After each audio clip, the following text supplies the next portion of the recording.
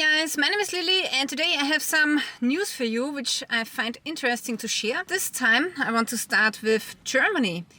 Very interesting news. Research reveals EU gave environmental groups money to sue German companies. According to Welt am Sonntag, environmental organizations received tax money to sue German companies. Critics warn of an attack on separation of powers. So now let's go back on this article where this news was coming from, which is called Welt.de.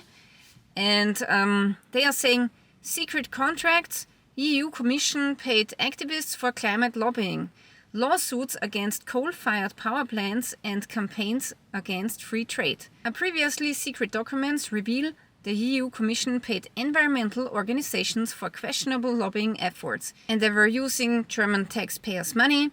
German companies also became targets of the NGOs. So now let's continue reading this report here. The money up to 700,000 euros went to individual NGOs. It's said to have been paid out in 2023. According to the report, the activists and Brussels officials coordinated in advance. The goal was to convince people of the EU's climate policy. For example, the NGO Client Earth received 350,000 euros to take German coal-fired power plants to court. This was intended to increase the financial and legal risk. Other groups in turn received money to influence EU parliamentarians before votes. I was particularly shocked by the subversive plans to force everyone from farms to coal-fired power plants to abandon their economic activities through lawsuits and the massive lightening of documentation requirements. This is a clear violation of the principle of separation of powers, and one chairwoman from FDP is saying and criticizing this massively damages trust in the European institutions. Yeah, so this is what was happening in Germany. Pretty crazy. So you guys need to understand it's important to influence the opinion of the population, the general population. Why is that so important? Because if you convince people that, we are the cause of climate change, then of course you can collect taxes, right? So of course they want to keep collecting CO2 taxes, which we now have a lot, yeah? So now we have, I believe, 5 different CO2 taxes on a car, for example, whether it's insurance or gas. It's when you're purchasing a new car. So we have a whole lot of CO2 taxes on fossil fuel-based cars. When they have introduced the CO2 tax in Austria, they said, hey, we are going to put a CO2 tax on gas and diesel, which is already taxed by almost 50%, but you will get in return a climate bonus. And then the people who produce less CO2 will get back some money, okay? So this is what they have done. But now with the austerity measures in Austria, for example, they have said that they cannot afford the climate bonus anymore. So now they have cancelled the climate bonus and now people don't get any money. But of course the CO2 tax is still here and they are collecting millions and millions with the CO2 tax. But also, if this report is true, I see this very critical because an NGO should be, as the name implies, a non-governmental organization. But if the government starts to fund an NGO with taxpayers' money, then, to be honest, it's not an NGO anymore. Then it's just becoming a contractor of the government. And that's not an NGO in my opinion. Very concerning what's happening here. See, now the problem here in Europe is that our politicians, they are actually spending too much money, too much of our taxpayers' money.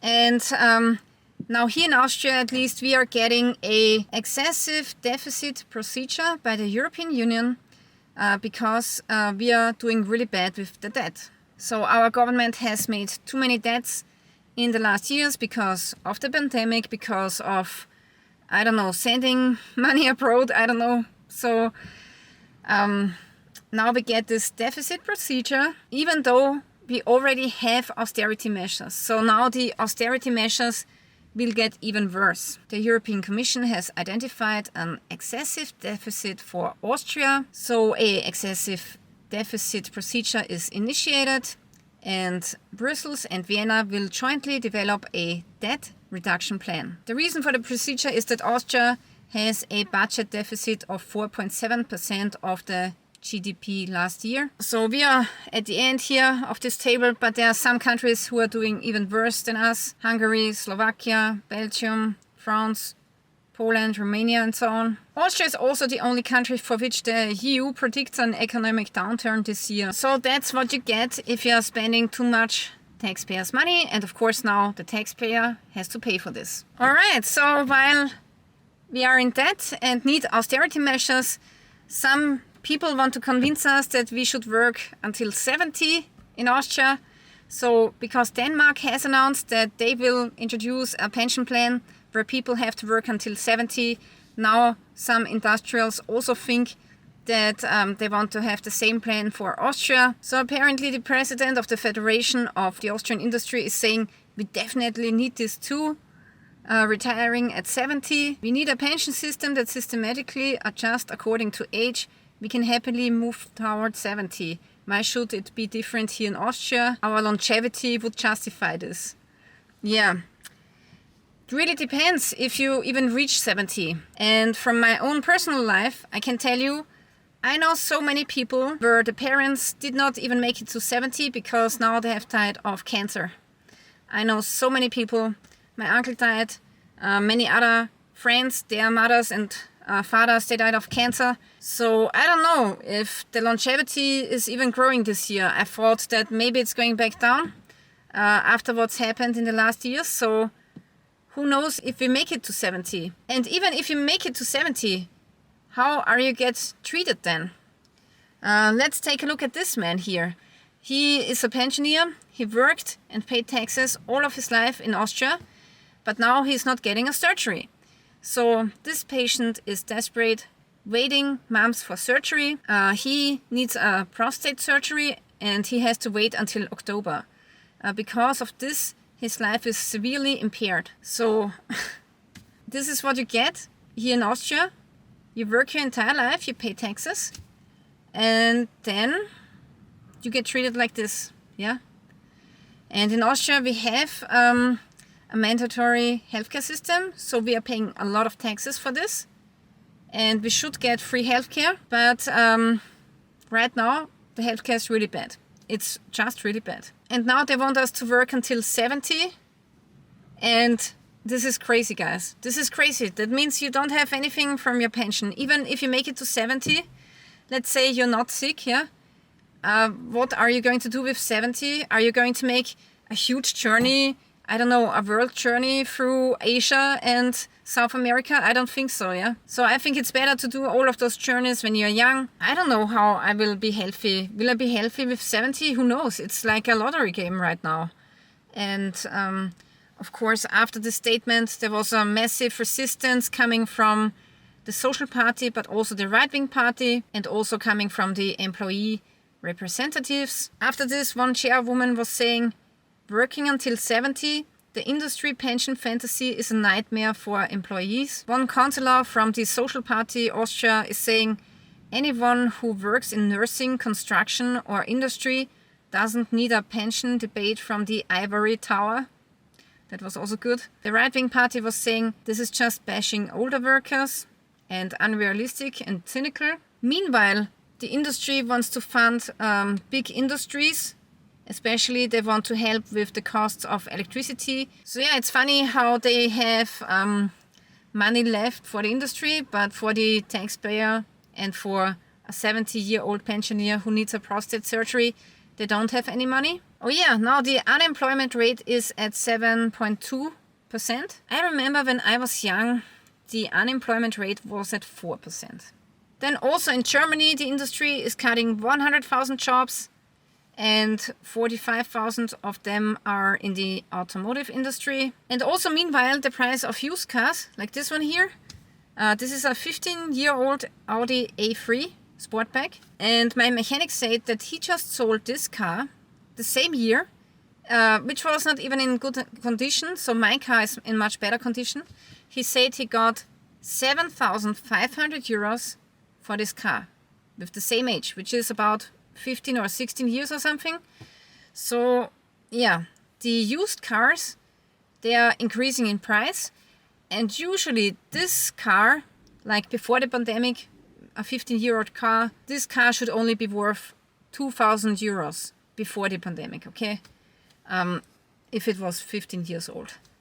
So it's crazy how the price of used cars is going up and up. The next news is that Bulgaria will get the euro. So honestly, I don't know if this is a good thing for Bulgaria, because for a lot of other Southern European countries who were not that economically strong, this sometimes backfired in the way that those other countries could not do a high inflation anymore. So this could mean that Bulgaria will also get into debt.